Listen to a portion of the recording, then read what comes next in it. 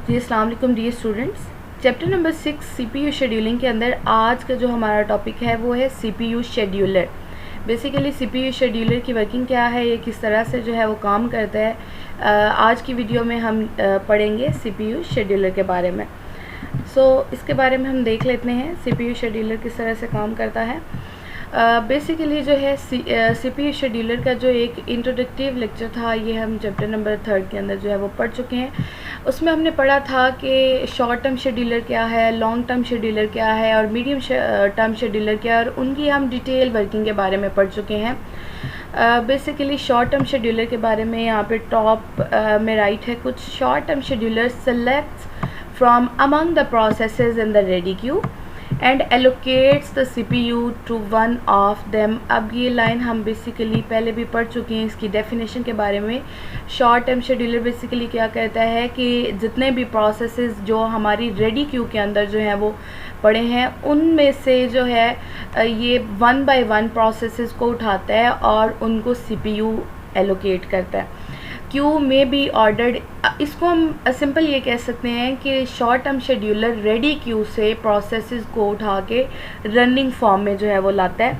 Q में be ordered in various ways. अब जो क्यू है ये उसको डिफरेंट वेज के साथ जो है वो ऑर्डर कर सकता है। CPU शेड्यूलिंग डिसीजंस में take place when a process.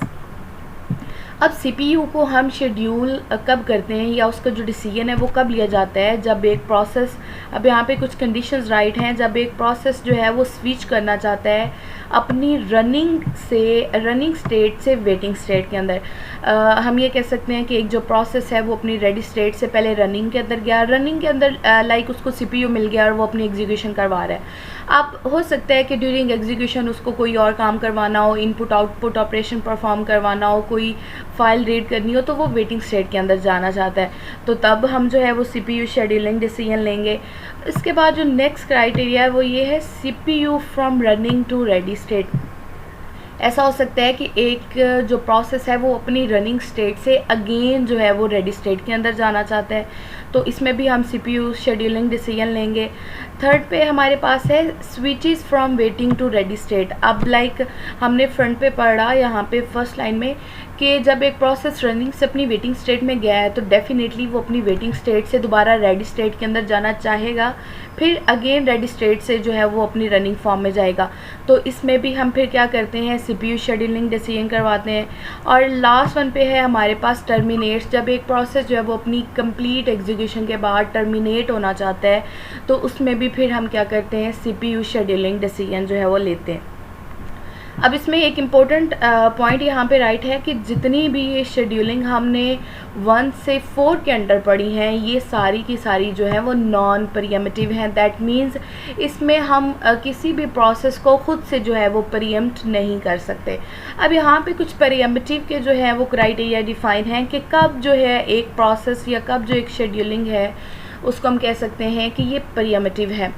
इसमें हम टॉप पे अगर जो पहली लाइन है इसमें आप पढ़ें तो consider access to share data. एक जो प्रोसेस है वो शेयर डाटा को एक्सेस करना चाहता है, तो उसमें फिर जो आपकी शेड्यूलिंग होगी हम उसको प्रीएम्प्टिव कहेंगे। Consider preemption while in kernel mode. हो सकता है कि एक प्रोसेस जो है वो कर्नल मोड है और कर्नल मोड से वो यूज़र मोड के अंदर जाना चाहता है, तो उसमें भी हम प्रोसेस को जो है वो प्रीएम्प्ट कर सकते हैं, उनसे हम जो है वो CPU को ले सकते हैं।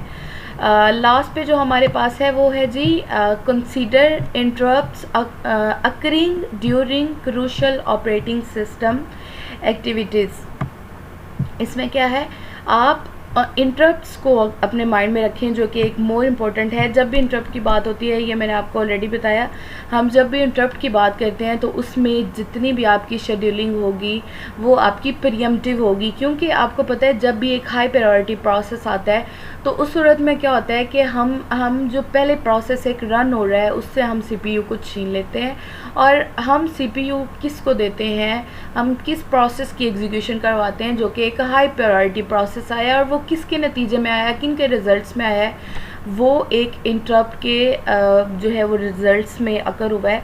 तो जब भी एक जो है वो इंटरप्ट अकर होती है तो उस सिचुएशन में हम क्या करते हैं, उस सिचुएशन में हम पहले वाले प्रोसेस को जो है वो उससे हम CPU को ले लेते हैं, और जो हमारा एक हाई प्रायोरिटी प्रोसेस आया है इंटरप्ट के रिज़ल्ट्स में, उनको जो है वो हम CPU एलोकेट कर देते हैं। सो ये शॉर्ट सा हमारे पास जो एक डिटेल थी वो थी CPU शेड्यूलर के बारे में।